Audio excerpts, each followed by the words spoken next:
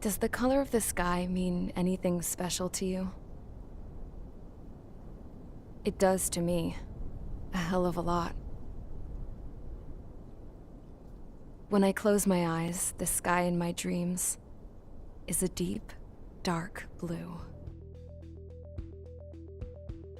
Hey gamers, Blindy here. It's September 2024, and in my quest to play through all the games waiting in my backlog, I recently finished playing Ace Combat 7 on my Steam Deck. Before I go any further, this is a notice to all my viewers. The gameplay footage I'll be playing may cause motion sickness if you're prone to it. I apologize in advance. Currently, there are 7 mainline Ace Combat games, this one being the most recent of the bunch. Ace Combat 7 Skies Unknown released 5 years ago on January 18th, 2019 for the PlayStation 4 and Xbox One, and on PC the following week. And while you're not able to play this game on modern consoles, it is available for the Nintendo Switch. Again, I played this on my Steam Deck, an original LCD version. If you're looking for this game, you can get it on Steam, but for some reason it's still full price. You'd think that after being on the market for 5 years, a smaller title like one from the Ace Combat series would have lowered in price by now, but here we are. Here in Canada, it's $80, but occasionally you'll be able to find it 84% off, just under $13. At $13, I would say this game is a decent grab, but it's definitely not worth the full price of $80. And it's a bit crazy. I thought that this game wouldn't be super demanding on my Steam Deck, but I was able to get just over an hour of game time per charge, which is quite a bit less than what I thought the machine should have been able to handle. So, if you're unfamiliar with the Ace Combat series of games, it's a series that's been around a long time. The first game came out in 1995 for the PlayStation as a port of the arcade game. Just note that the first game in the series was known as Air Combat, then converted to Ace Combat starting from the second game. Now, this is my second game in the series that I've played. The first one for me was back in the PlayStation 2 era, where I helped a friend defeat Ace Combat 3. But I'll talk about that in a bit. This game is a Bandai Namco property, developed by the Project Aces team. And if for some reason you've never heard of Bandai Namco, shame on you. No, but seriously, you might be familiar with some of their other games, like one of my favorites, Katamari Damacy, or some fighting games like Tekken or Soul Calibur, the Tales series of games, and Code Vein, a game that I reviewed previously if you're looking for a Souls-like. So do they even make a bad game? I'm not sure, to be honest. They've made a ton of other games, but of all their games that I've personally put time into, I haven't played one I disliked. And this one is no exception. Well, mostly. And I think most other people feel approximately the same as me, if Metacritic and Steam are anything to trust. Metacritic places this game between a 78 and 80, and on Steam this game is sitting at 87% with 33,000 reviews. Speaking of Steam, this game is verified on the Steam Deck. The only thing that I found that doesn't fit with the verified claim is right at the beginning of the game. Right off the bat, the game says, press enter to start. So unless your Steam Deck has an enter button, that's the one thing that doesn't quite match. Make sure you have some space on your hard drive. Steam recommends that you have 50 gigs worth of space available, and looking at my install, I have just over 61 gigs used for this game. Not huge, but not small. And while you don't need to worry much about the content of this game, ESRB rated it as a T. They want you to know that there is violence in this game, as you might expect as planes explode around you. It says there's mild blood, but to be honest, I don't remember any blood at all. And the language is something to be aware of if you have kids playing. The characters swear quite a bit, so if you're shielding your kids from bad language, know that this game has quite a bit of it. I haven't played this game previously, but somewhat embarrassingly, I've played this game twice now. So let's describe it this way. How Long to Beat says that it should take you about 12 hours to play this game. I thought that was strange, since my playback took about 18 hours, considerably longer than HLTV claims it would take. Whatever. But then I checked my footage that I recorded, and every one of them was messed up. I accidentally shifted up the videos, chopping off the top third or so of the video, leaving a black bar on the bottom. It wasn't salvageable, unfortunately. So I had a choice to make. Do I continue the next game I had started playing, or do I play through the game once more? I chose to replay it, meaning that the video you're watching in this video is my second playthrough. It also means that it's not the same loadout you'll expect in your first run. I used one of the strongest planes throughout this second run, but that also meant that this run was way shorter, being only about 8 hours long, and that's not even skipping the cutscenes, which would save you a bunch of time.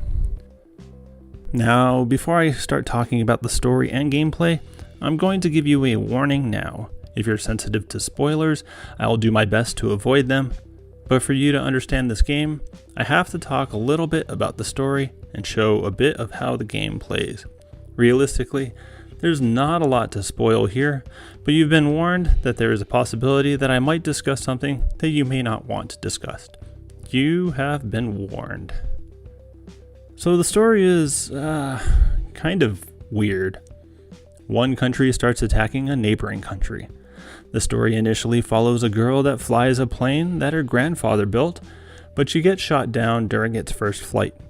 And the princess of one of these countries tries to connect with the people as she flies from one region to another. And Mihai is a phenom in the canopy, and his flight capabilities are used to train drones on flying and dogfighting. The cutscenes bounce around between all of these characters, and generally, it's kind of confusing to follow. Ultimately, the story is completely superfluous. You could skip all the cutscenes and still have a great time with this game because the story doesn't affect your flying. Think about it. You don't play a Mortal Kombat game for its story, and this is the same way. The story is an interesting background, but when it comes down to it, the story is just fluff. You play as Strider, the silent protagonist, and you get caught up in being a good guy, then you're kind of a bad guy for a bit, then you're kind of a good guy again. In this game, you're completely in the plane. I would say this game is a pseudo-simulation of combat flying. It's obviously arcadey, where you're able to do things in a way that real planes can't do. You can turn quickly, rapidly accelerate and decelerate. You hold a ton of missiles and you have infinite bullets for your gun. And all the controls are significantly simplified compared to real flying. But physics feel somewhat real, which is awesome. I'm not sure if there's a good comparison, but I have some examples that might help you place it in your mind. This definitely is not Flight Simulator. You don't have to worry about the plane settings, so things like flaps, wheels, extremely high Gs, or anything like that. All you do is pitch the plane and accelerate to control it. It's really simplified. And if you're more into car racers, I think of Gran Turismo games being the closest to a driving sim, and maybe a game like Burnout or Cruisin' USA in the most comical arcade-style driving game. This game would fit in between those two, somewhere more along the lines of The Crew 2 or Need for Speed. Now, when you're starting this game, it'll ask you if you want to use beginner controls or expert controls. I'll let you know right now, choose expert controls. You'll figure it out quickly enough, and you'll be able to control your plane much more intuitively. So I mentioned earlier that I played Ace Combat 3 for the PlayStation 2, and I even own Ace Combat 6 for the Xbox 360, but to be honest, I only put about an hour into that game. But it's interesting because I haven't played Ace Combat 3 for over 20 years, and this game felt very similar, like strangely similar, so much so that I thought the last level caused a moment of deja vu for me. I was pretty sure it was the same type of level as the last one in Ace Combat 3. I could be wrong. Like I said, it's been a long time since I played that game, but it was familiar. But that familiarity was also a great thing. This game felt comfortable and reminded me of those days so long ago. But that means that this game also didn't feel unique. I felt like there was no significant advantage to buying this game over any other game in the series.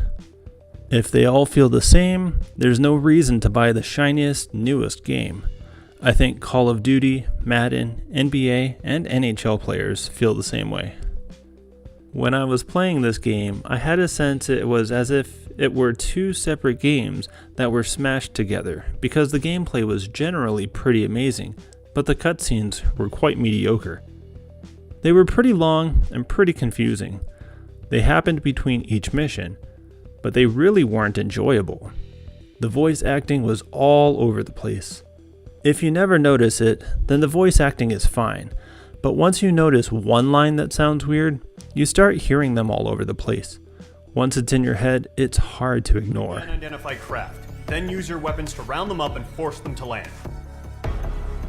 If the hostiles counterattack, then you will... What the hell was that? There's smoke! We're under attack. Numerous unidentified aircraft confirmed overhead. What? How is that possible? The tank farm to the north has been bombed! Many injured. Scramble. All units, take off and eliminate the unidentified craft attacking the base.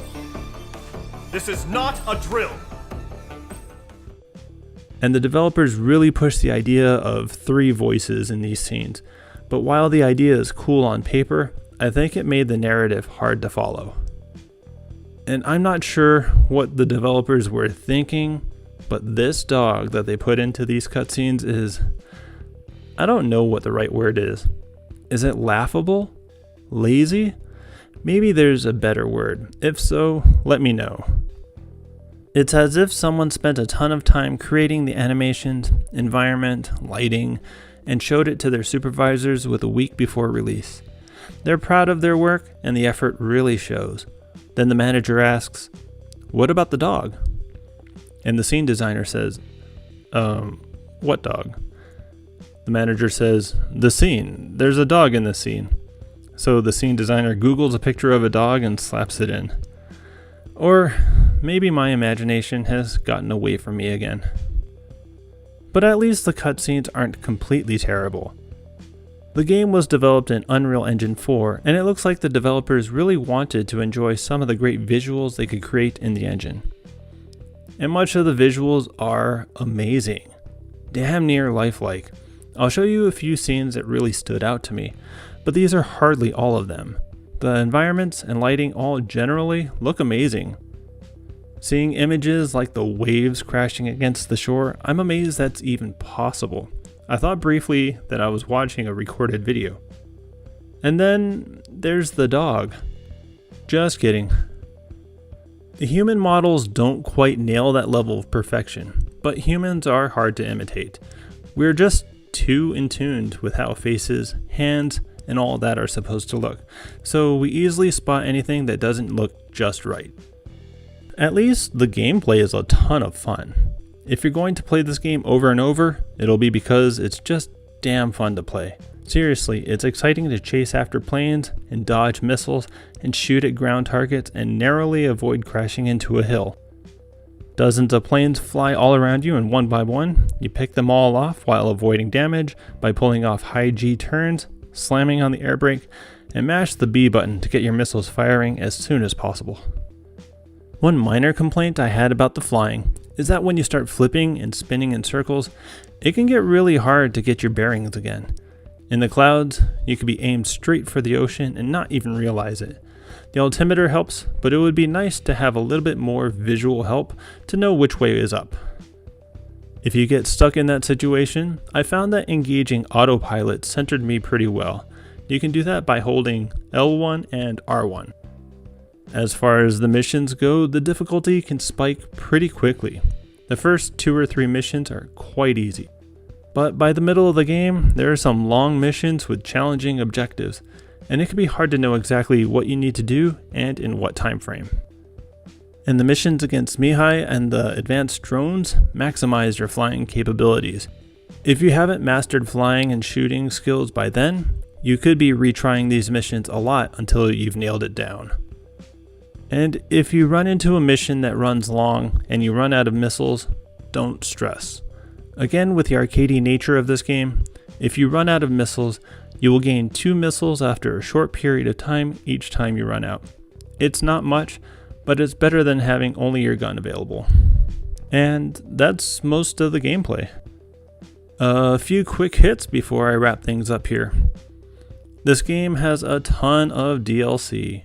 I didn't try any of them, but the flying is so fun in this game that I would say that if you like this game, it's probably worth checking some of them out.